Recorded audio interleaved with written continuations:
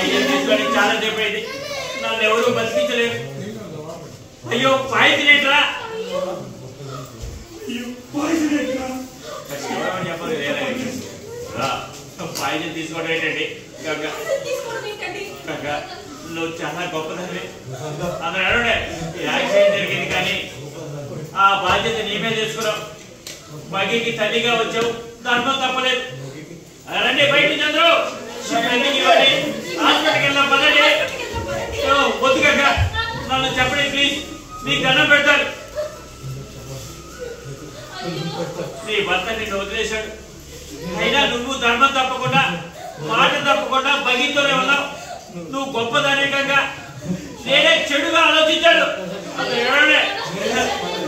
నీ భర్త నీ మనసులోనే ఉన్నాడు, అందుకే నన్ను ముట్టుకొని ఇవ్వలేదు. ఈ కాలంలో వారికి నువ్వు గొప్ప ఆదర్శం.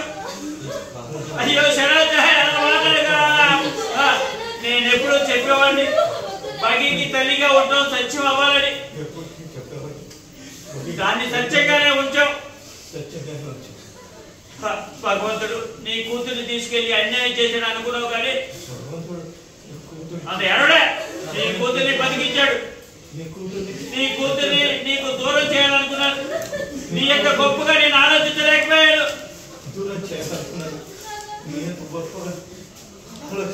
నువ్వు మంచిదానే కనుక నీకు అన్యాయం చేయాలని చూసినా దేవుడు అడ్డుపడ్డాడు.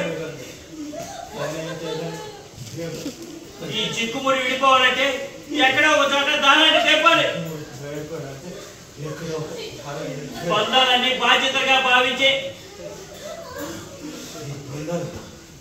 నీకు నమస్కరిస్తున్నాను.